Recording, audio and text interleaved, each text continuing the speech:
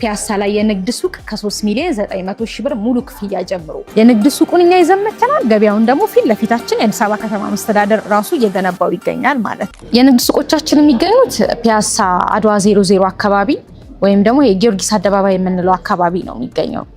ለወርቅ ቤቶች፣ ለመጋረጃ ቤቶች፣ ለቤተ መጻሕፍት፣ ለካፌ፣ ለሬስቶራንት እንዲሁም ደግሞ ለቢሮ የሚሆኑ የንግድ ሱቆች እዚህ አራዳ ጊዮርጊስ የምትመለከቱት ቦታ ላይ 4200 ካሬ ላይ ያረፈ ሰፊ የገበያ ማዕከል ድምቅ ባለች ፒያሳ ላይ እንግዲህ ያገኛሉ ማለት ነው። በጨረታ የወጣ ቦታ ነበረ፣ ብዙ ሰው ያውቀዋል ብዬ አስባለሁ። ከኮሪደር ልማቱ ጋር አብዛኛው ፒያሳ አካባቢ የነበሩ የንግድ ሱቆች ፈርሰው ነበረ።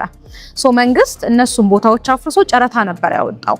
የኛ ድርጅት ቴምር ደግሞ እሱን ቦታ አሸንፎ ነበረ 4700 ካሬ ማለት ነው። ግራውንድ ፕላስ 5 የሆነ ሞል ነው እዛ ጋር የምንገነባው፣ የንግድ ሱቆች ማለት ነው። ስፔሲፊክ ሞል ነው የምንገነባው። ዋና ታርጌቱም ከመርካቶ ቀጥሎ ፒያሳን ሁለተኛዋ የገበያ ኤሪያ የማድረግ ስለሆነ የመንግስት ስራ በሞል አድርገን ፒያሳን በዘመናዊ መልኩ መገንባት ማለት ነው። 2 ቤዝመንት ፓርኪንግ ይኖረዋል፣ 4 ሊፍት ይኖረዋል።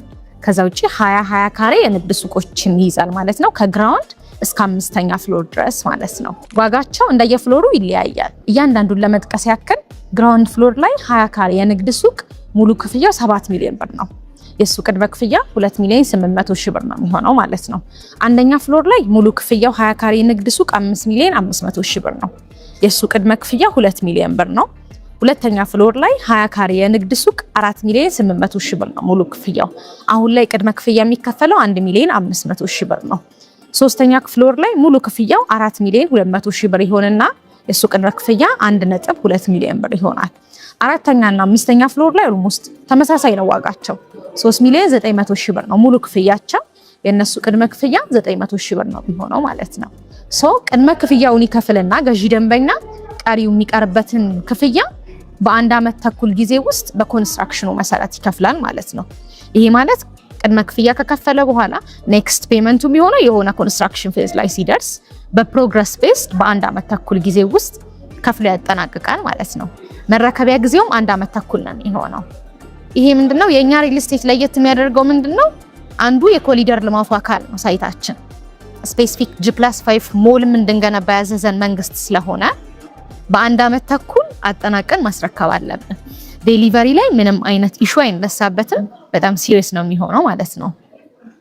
አካባቢው ላይ ምን አለ የሚለው እኛ ሱቁን ብቻ አይደለም ይዘን የመጣ ነው፣ ገበያውንም ጭምር ነው ይዘን የመጣ ነው።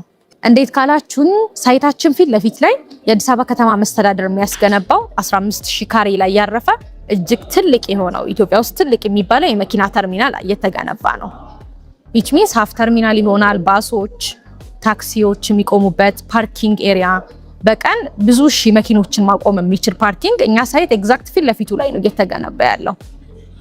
እሱም አንዱ የኮሪደር ልማቱ አካል ነው። ተርሚናል ደግሞ ማለት ያው እናውቀዋለን፣ በጣም ግርግር ወከባ የሚኖርበት ኤሪያ ነው ተርሚናል ያለበት ኤሪያ። የንግድ ሱቁን እኛ ይዘን መተናል። ገበያውን ደግሞ ፊት ለፊታችን የአዲስ አበባ ከተማ መስተዳደር ራሱ እየገነባው ይገኛል ማለት ነው። ስለዚህ እዛ ኤሪያ ላይ የንግድ ሱቅ የሚገዛ ሰው በጣም አትራፊ ነው የሚሆነው። ፒያሳ ከመርካቶ ቀጥሎ ሁለተኛዋ የገበያ ኤሪያ የምትሆን ስለሆነ አሁን በቅርቡ ማለት ነው።